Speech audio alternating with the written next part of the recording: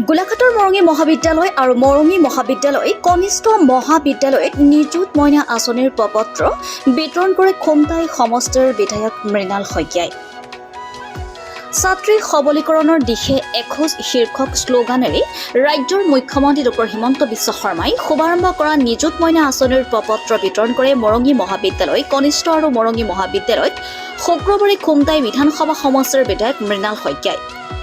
দুইখন মহাবিদ্যালয়ৰ 2 শতাধিক ছাত্ৰীৰ মাজত নিযুত মইনা আঁচনিৰ প্ৰপত্ৰ বিতৰণ কৰি ছাত্ৰীৰ সবলীকৰণৰ লগতে বাল্য বিবাহ ৰোধত অসম চৰকাৰৰ এক যুগান্তকাৰী পদক্ষেপ হিচাপে বিবেচিত হ'ব বুলি বিধায়কগৰাকীয়ে মত পোষণ কৰিছে। এই আঁচনিৰ জৰিয়তে অসমৰ প্ৰায় 10 গৰাকী ছাত্ৰী উপকৃত হ'ব বুলি জানিবলৈ দিয়ে। এই আঁচনিৰ জৰিয়তে দৰিদ্ৰ সীমাৰেখাৰ তলৰ ছাত্ৰীসকলে বিশেষভাৱে লাভান্বিত হ'ব। আনহাতে নেপকুৰ পানীয়ে গোলাঘাট জিলাত সৃষ্টি কৰা বান সন্দৰ্ভত কয় 2018 চনত এৰি দিয়া পানীৰ যি ভয়াৱহতা আছিল সেয়া বৰ্তমান নহ'ব বুলি কয়। ইতিমধ্যে নেপকুৰ কৰ্তৃপক্ষৰ লগত সঘন যোগাযোগত আছে আৰু পৰ্যবেক্ষণ কৰি আছিল। নদী বান্ধ থাকিলে পানী খুলিবই, কিন্তু এইবাৰ ইমান আতংকিত হোৱাৰ কোনো কাৰণ নাই বুলিও বিধায়কগৰাকীয়ে মন্তব্য কৰে। গোলাঘাটৰ পৰা চন্দন কৰ্মকাৰ ৰিপৰ্টাৰ লাইভ অসম। হয়, আজি মৰঙী যি জুনিয়ৰ কলেজ আছে আৰু মৰঙী কলেজ দুইখন শিক্ষানুষ্ঠানতে মোৰ নিযুত মইনা যি প্ৰপত্ৰ আছিল সেইখিনি বিতৰণ কৰাৰ দায়িত্ব আছিল।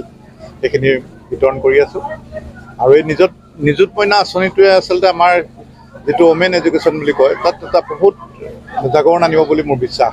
আমাৰ মুখ্যমন্ত্ৰী মহোদয়ে যিটো মিলিয়ন গাৰ্লছ যিটো 10 লাখ ছোৱালীক পঢ়োৱাৰ কাৰণে কেইবাবছৰো ধৰি পেলাই এই যি আঁচনি লৈছে তাৰ পৰা আমাৰ বাল্য বিবাহ তাৰ বিৰুদ্ধে এইটো এটা যুঁজ হ'ব ইনডাইৰেক্টলি।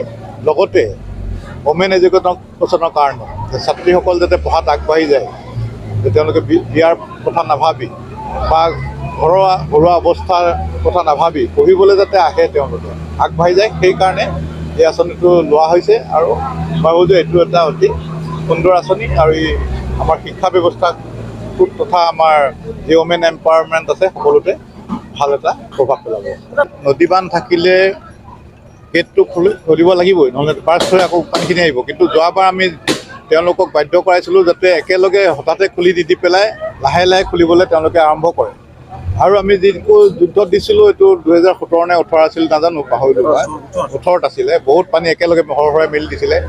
আমি সেই যুঁজখন দিয়াৰ পাছত কিন্তু ইমান দিনে কিন্তু সেই পৰিৱেশটো হোৱা নাই। কিন্তু এইবাৰ নিপকলৈ মোৰ লগত যোগাযোগ কৰি আছে যে তেওঁলোকে অলপ আগতে যি ধৰণে খুলি দিয়ে এইবাৰ সৰহৰাই খুলি দিয়ে নেকি।